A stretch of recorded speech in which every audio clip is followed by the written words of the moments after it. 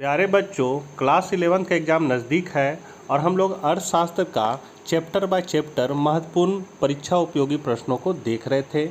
Chapter 9 तक हम लोगों ने कंप्लीट कर लिया है। साथ ही जैक द्वारा निकाले गए मॉडल प्रश्न पत्र को भी हम लोगों ने देख लिया है और इसके साथ ही मैंने गेस्ट पेपर की सहायता से 5 मॉडल सेट अपने से तैयार किया था, उसको भी मैंने बता दिया है। यदि आप लोग चैनल पर पहली बार है तो सब्सक्राइब कर ले, बेल आइकन को दबाकर ऑल नोटिफिकेशन ऑन करके चैनल के प्लेलिस्ट में जाकर आप देख सकते हैं। आज हम लोग चैप्टर 10 के प्रश्नों को देखते हैं और क्या क्या इम्पोर्टेंट है। अब चूँकि यहाँ से आपका मैथमेटिकल शुरू हो रहा है, केंद्रीय प्रवृत्ति की माप में शुरू में आपको समांतर माध्य पढ़ना है और इसमें कुछ मैथमेटिकल है, इसीलिए हम ज़्यादा चैप्टर इस पर कवर नहीं कर पाएंगे। हम लोग केवल 10 चैप्टर को ही देख लेते हैं। तो चलिए हम लोग आज कुछ नया सीखते हैं। पहला क्वेश्चन है 1, 3, 5, 7, 9 का अंकगणितीय माध्य होगा। तो इसका अंकगणितीय माध्य आपको ज्ञात करना है। तो हम लोग सभी जानते हैं माध्य ज्ञात करने के लिए क्या करना पड़ता है, इसको जोड़ना पड़ता है। तो इस सब को आप जोड़ दीजिए, 1, 3, 5, 7, 9 को आप जोड़िएगा तो कितना आएगा आपका 25। अब माध्य का जो फॉर्मूला है, माध्य का फॉर्मूला होता है x बार बराबर सिग्मा x बटा n। मतलब ये x है और इसको सिग्मा कर दिए, मतलब इसको जोड़ दिए, और n हो गया पदों की संख्या, मतलब इसमें कितना पद है। तो कितना है 1, 2, 3, 4, 5, 5 है। तो यहाँ पर सिग्मा x कितना है 25, n है आपका 5, भागा दे दिए, कितना बार में कट गया 5 बार में। 5 आपका कहाँ पर ऑप्शन में है, तो बी में ऑप्शन में है। तो आपका बी आंसर हो गया, पहला का बी होगा 5। दूसरा क्वेश्चन हम लोग देख लेते हैं। दूसरा क्वेश्चन कह रहा है यदि श्रेणी का समांतर माध्य 20 है तब श्रेणी में x का मूल क्या होगा। यहाँ पर आप देख सकते हैं ये श्रेणी दिया हुआ है। तो श्रेणी को पहले हम लोग लिख लेंगे इस तरह करके। तो कितना हो जाएगा 10, 15, x 20 और आपका 30। अब इसको हम लोग सबको जोड़ देंगे। तो जोड़ने पर आपका कितना आएगा, तो आपका आएगा 75। इसको 10 को जोड़िए, 15 को जोड़िए, 20 को जोड़िए और 30 को जोड़िए, कितना आ गया 75। और इसमें x भी है, तो x तो कोई संख्या नहीं है, इसको हम लोग जोड़ नहीं सकते, तो प्लस इसमें x कर देंगे। तो आपका सिग्मा x कितना बन गया 75 प्लस x बना। इसको याद रखना है। और इसमें पदों की संख्या कितनी होगी, तो इसको गिन लीजिए हम लोग। 10 मतलब ये 1 हो गया, 2 हो गया, 3 हो गया, 4 हो गया, 5 हो गया। तो n हो गया मेरा 5, n हो गया कितना 5।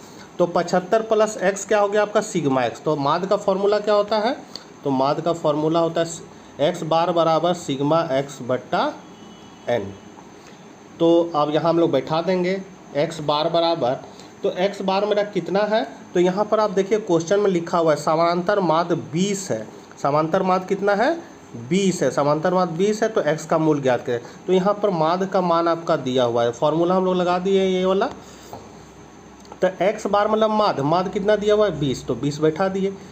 सिग्मा x हम लोग कितना इसको जोड़े थे, तो जोड़े थे 75 प्लस x को जोड़े थे। और n मेरा हो गया पदों की संख्या कितनी है, तो पदों की संख्या मेरा है 5। कैसे 5 है, तो 10, 15, x 20 और 30 को जोड़ेंगे तो कितना है 1, 2, 3, 4, 5 है, तो 5 लिख दिए। अब यहाँ पर क्या होगा कि आपका यहाँ पर आपका बराबर होगा, मतलब ये इस तरह लिखाएगा 20 बराबर 75 प्लस x बट्टा 5। अब ये इससे तिरछा गुना होगा, तो 20 और 5 को गुना कर दिए, कितना हो गया 100 बराबर 75 प्लस x। अब हम लोग x को इधर ले आएंगे और 75 को उठा के बराबर के इधर ले आएंगे, तो क्या हो जाएगा माइनस होगा, मतलब 100 से माइनस हो जाएगा। तो 100 में 75 को घटा दीजिए, तो आपका x का मान कितना आ जाएगा 25। तो 25 हम लोग देखेंगे ऑप्शन में कहाँ पर दिया हुआ है 25, तो डी ऑप्शन में दिया हुआ है, तो डी आपका करेक्ट हो जाएगा। आगे हम लोग तीसरा नंबर क्वेश्चन को देखते हैं। वर्ग अंतराल 70 से 80 का मध्य बिंदु ज्ञात करें। मध्य बिंदु ज्ञात करना है, तो देखिए 70 जो है इसको हम लोग L1 मानेंगे और 80 जो है वो L2 है। और मध्य बिंदु का फॉर्मूला क्या होता है, मिड वैल्यू बराबर L1 प्लस L2 बट्टा 2 होता है। तो L1 मतलब 70 प्लस 80 बट्टा 2, तो कर दीजिए, कितना आ जाएगा, दोनों को 70 और 80 को जोड़ेंगे तो 150 बट्टा 2। तो 2 से 150 को भागा देंगे तो कितना आ जाएगा मेरा 75। 75 कहाँ पर है, तो आपका बी ऑप्शन में है, तो तीसरा का बी हो जाएगा 75। चौथा नंबर हम लोग क्वेश्चन को देखते हैं। यदि सिग्मा x बराबर 50 है और n बराबर 5 है तो x बार का मान ज्ञात करें। मतलब x बार मतलब माध्य मान ज्ञात करना। तो फॉर्मूला लगाएंगे एक्स बार बराबर क्या होगा सिग्मा एक्स बटा एन।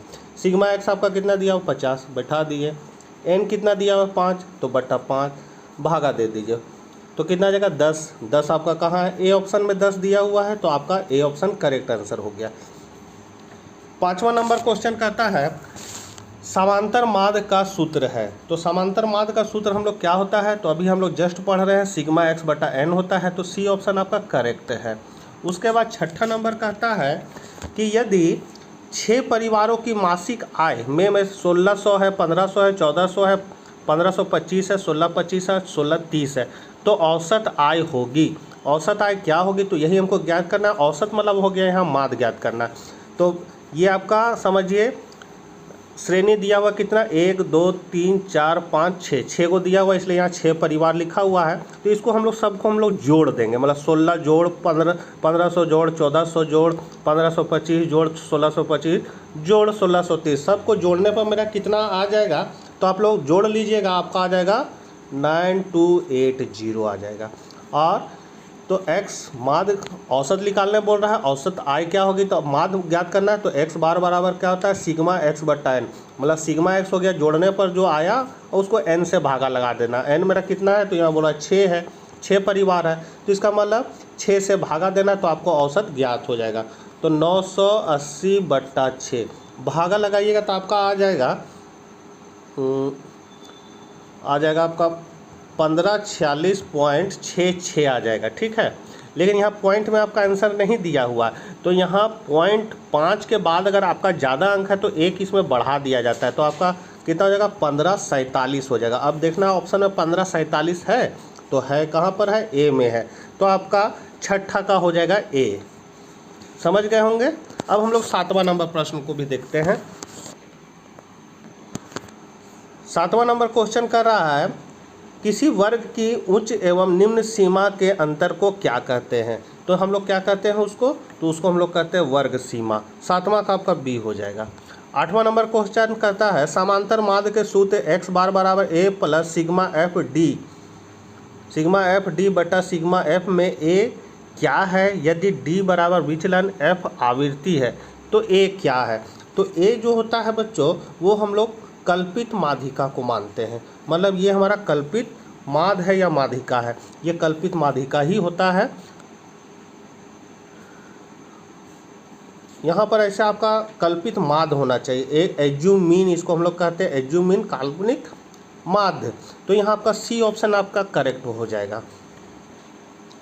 उसके बाद 9वां नंबर कहता है यदि सिग्मा एक्स बराबर 50 एवं एन बराबर 5 है तो एक्स बार का मान क्या होगा। जस्ट अभी हम लोग यहाँ ऊपर वाला क्वेश्चन देखे थे, ये वाला, ये क्वेश्चन और वो क्वेश्चन में दोनों सेम है, तो ये चौथा की तरह ही सेम होगा। तो इसको हम लोग आगे बढ़ जाते हैं। 10वां नंबर कहता है एक अच्छे औसत के गुण होते हैं। तो एक अच्छे औसत के गुण क्या होते हैं, तो स्पष्ट एवं स्थिर परिभाषा, सरलता और निरपेक्ष संख्या होता है। तो तीनों होता है, इसलिए इसका ऑप्शन डी है, इनमें से सभी ये करेक्ट हो गया।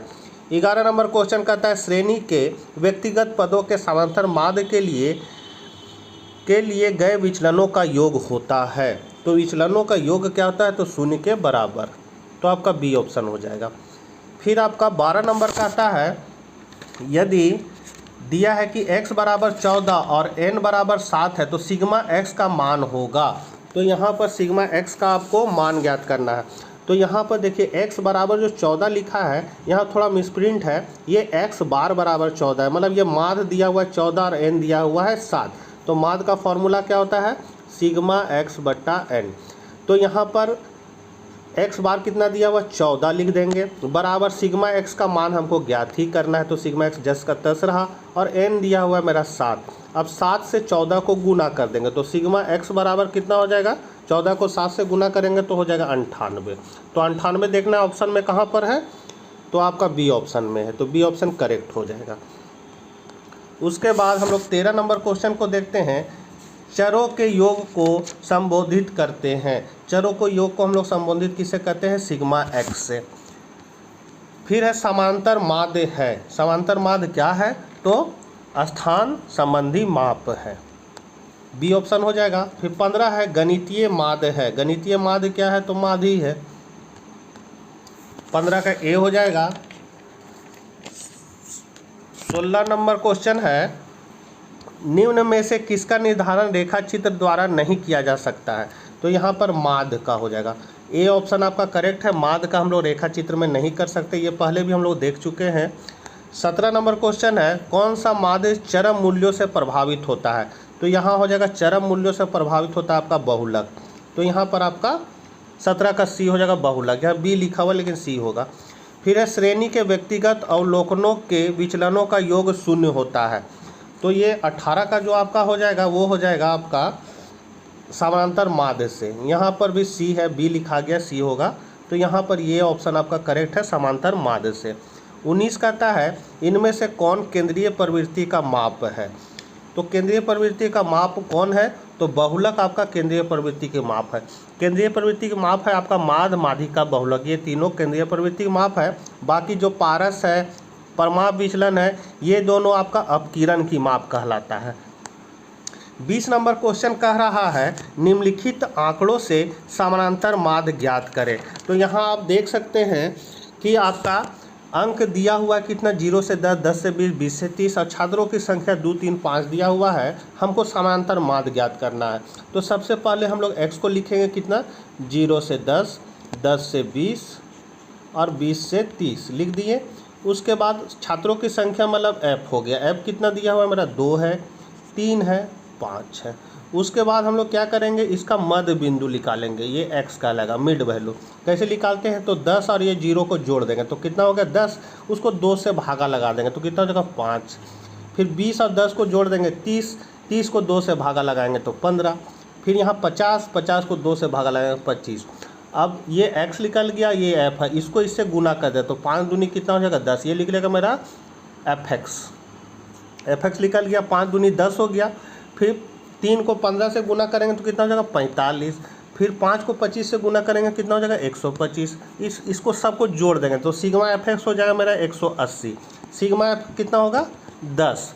अब देखिए सिग्मा fx कितना है 180 याद रखिए, और सिग्मा f आपका 10। बस माध्य का फॉर्मूला क्या होता है, माध्य बराबर होता है सिग्मा fx बट्टा सिग्मा f। इसमें बैठा दीजिए, कितना था 180 था और सिग्मा f कितना था 10, काट दीजिए, कितना आ गया मेरा माध्य का आंसर 18। 18 कहाँ है, तो 18 आपका सी ऑप्शन में है। तो 20 का आपका सी हो जाएगा 18। उसके बाद 21 नंबर क्वेश्चन है, जब निचली और ऊपरी दोनों सीमाओं पर विचार करते हैं तो ऐसे वर्ग कहलाते हैं। तो ऐसे वर्ग क्या कहलाते हैं, तो ऐसे वर्ग होता है समावेशी वर्ग। तो 21 का बी हो गया। फिर है, यदि 40, 50, x 78, 58 का समांतर माध्य 56.2 है तो x का मान बताएं। तो यहाँ पर जो है क्या करेंगे, इसको हम लोग पहले भी देख चुके, सेम उसी तरह निकालेंगे। सबको क्या करेंगे, जोड़ देंगे। तो 40, 50, 78, 58 को जोड़ेंगे तो मेरा आ जाएगा कितना, आ जाएगा मेरा 226 और इसमें x भी है तो प्लस x कर दिए। तो ये मेरा सिग्मा x निकल गया। और माध्य कितना दिया हुआ है 56.2 और पदों की संख्या कितनी दी हुई है मतलब n, तो 1, 2, 3, 4, 5, 5 दिया हुआ है। तो अब हम लोग इसको बैठा देंगे तो माध्य बराबर हो जाएगा सिग्मा x बट्टा n। तो माध्य कितना दिया हुआ है 56.2, यहाँ लिख दिए 56.2। सिग्मा x मतलब इस सबको जोड़ के लिखना था तो हमको कितना जोड़े थे 226 प्लस x बट्टा n हो गया। पदों की संख्या कितनी है, तो पदों की संख्या है 1, 2, 3, 4, 5। अब इसको इससे तिरछा गुना कर देंगे तो गुना कीजिएगा तो आपका आ जाएगा 281 आ जाएगा और बाकी बराबर, और ये ऊपर वाला पूरा लिख देंगे 226 प्लस x। अब इसको उठा के क्या करेंगे, इससे इधर लाएंगे तो माइनस हो जाएगा। तो x बराबर कितना हो जाएगा, x बराबर मेरा हो जाएगा 281 माइनस 226। तो x बराबर इसको इससे घटा देंगे तो कितना आ जाएगा 55। 55 मेरा कहाँ है, तो ए ऑप्शन में है 55। तो आपका 22 का ए हो जाएगा 55। उसके बाद 23 नंबर क्वेश्चन को देखते हैं हम लोग। एक अच्छे औसत के गुण होते हैं। तो एक अच्छे औसत के गुण क्या होते हैं, तो स्पष्ट एवं स्थिर परिभाषा, सरल, निरपेक्ष संख्या। तो उपयुक्त में से कोई नहीं। तो यहाँ हो जाएगा उपयुक्त में से सभी, यहाँ सभी लिखाएगा, ये गलत लिखा हुआ है। उपयुक्त में से सभी मतलब डी ऑप्शन का हो जाएगा। फिर आपका वर्ग सीमाओं के मध्य बिंदु को कहते हैं। तो वर्ग मध्य बिंदु को हम लोग क्या कहते हैं, तो मध्य मूल्य कहते हैं इसको, मिड वैल्यू कहते हैं। अभी जस्ट बताए थे मिड वैल्यू, तो मध्य मूल्य कहते हैं। 25 नंबर क्या है, यदि 25, 20, 18, x 24 तथा 30 का समांतर मान 22 है तो x का मान बताएं। जस्ट अभी ये वाला जो बताए हैं सेम इसी तरह ये वाला भी बनेगा, तो इसको आप अपने से ट्राई कीजिएगा और आप आंसर देख लीजिएगा क्या होगा। ऐसे हम आंसर बता दे रहे हैं, इसका आंसर जो होगा वो 15 होगा। तो आप लोग एक बार इसको अपने से बना के देख लीजिए कि आपका 15 आता है कि नहीं। अगर आपका x का मान 15 आ गया तो आपने करेक्ट बनाया है। तो ये थे कुछ। अच्छा, एक क्वेश्चन और है 26 नंबर, सामूहिक माध्य का सूत्र है। तो सामूहिक माध्य का जो सूत्र है वो आपका बी ऑप्शन हो जाएगा। मतलब x बार 1 × 2 बराबर x बार 1 × n2 प्लस x बार 2 × n2 बट्टा n1 प्लस n2। ये आपका सामूहिक माध्य का फॉर्मूला है, ये करेक्ट है, बी ऑप्शन सही है। तो बच्चों ये थे कुछ महत्वपूर्ण प्रश्न। नेक्स्ट चैप्टर में हम लोग नेक्स्ट क्वेश्चन को देखेंगे और नेक्स्ट वीडियो में मिलते हैं नेक्स्ट वीडियो के साथ। तब तक आज्ञा दीजिए, बाय बाय।